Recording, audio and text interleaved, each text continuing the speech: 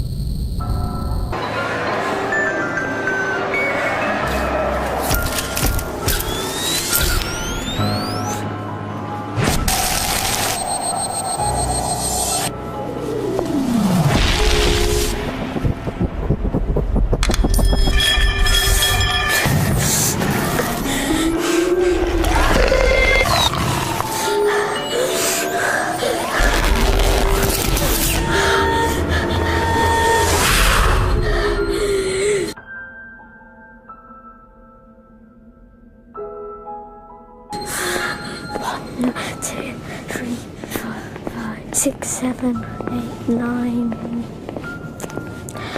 Take my hand.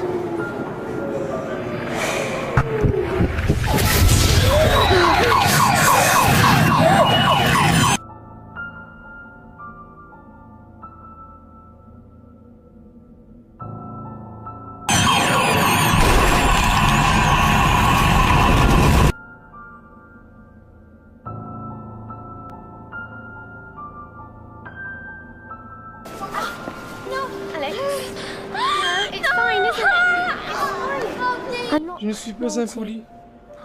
Je suis autiste. Je viens de recevoir beaucoup d'informations.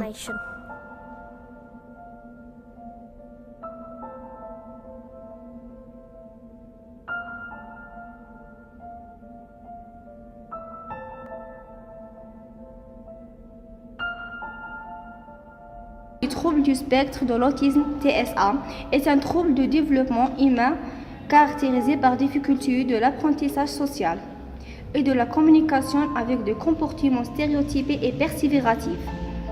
Il pourrait provenir d'un développement différent du cerveau, notamment lors de la formation des neurones.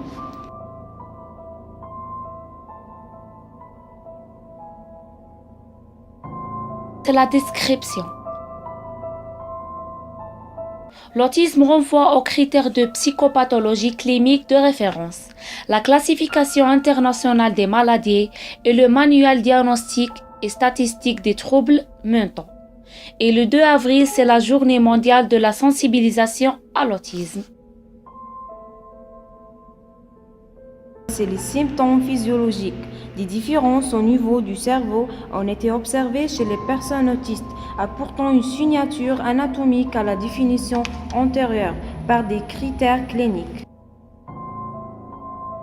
L'étiologie complexe. Les différents troubles liés à l'autisme semblent le plus souvent d'origine multifactorielle avec une forte implication de facteurs génétiques et de nombreux facteurs de risque concomitants.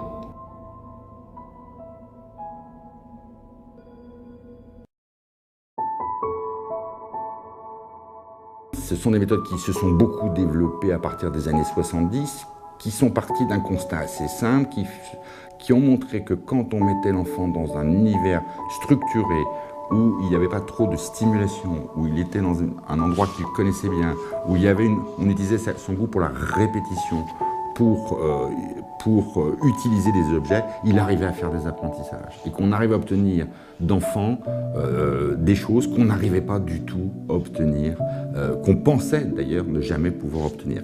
Donc ces méthodes, elles sont apparues dans les années 70, elles sont apparues initialement sous forme d'un programme éducatif qui était la méthode Teach, qui avait été développée aux États-Unis et qui a été donc importée, si j'ose dire, en Europe et notamment en France un petit peu plus tard, avec un peu trop d'ailleurs de décalage.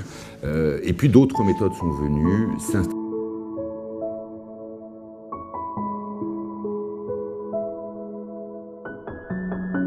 Aujourd'hui, quand on parle de méthode éducative ou psycho-éducative, on parle d'un ensemble d'interventions qui ont comme objectif, de structurer l'environnement, l'organisation, la temporalité, l'espace d'un enfant pour lui permettre d'accéder à des apprentissages fonctionnels. La notion d'apprentissage, la notion de fonctionnalité est importante parce qu'on a beaucoup reproché à ces méthodes de transformer, entre guillemets, ces enfants en bêtes de foire, en répétant des choses. L'enjeu, c'est pas seulement qu'ils apprennent des choses, c'est qu'ils sachent les utiliser et notamment qu'ils sachent les généraliser. Donc il y a un certain nombre de ces méthodes qui ont été développées, on les retrouvera dans des formes plus centrées sur le comportement de type ABA. On peut les retrouver donc sous des formes un petit peu plus centrées sur les interactions sociales. Par exemple, je pense aux thérapies d'échange et de développement qui s'apparentent à des méthodes éducatives, mais qui globalisent un petit peu plus les interventions.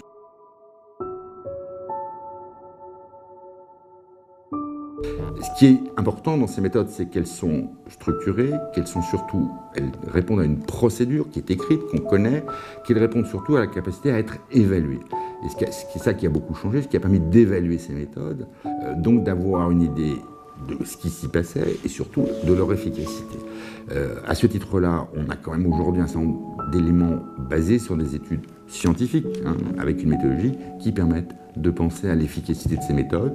Il faut rester aujourd'hui, encore une fois, on a besoin encore d'études complémentaires. Souvent, les effectifs sont petits. Il faut aussi savoir quel type de méthode est applicable à quel type de profil. Il n'y a pas, encore une fois, dans ce champ-là, aucune méthode miraculeuse. D'où l'enjeu aujourd'hui, parallèlement au développement de ces méthodes, à la formation des professionnels, de développer des études méthodologiquement bien construites de recherche sur l'efficacité de ces méthodes.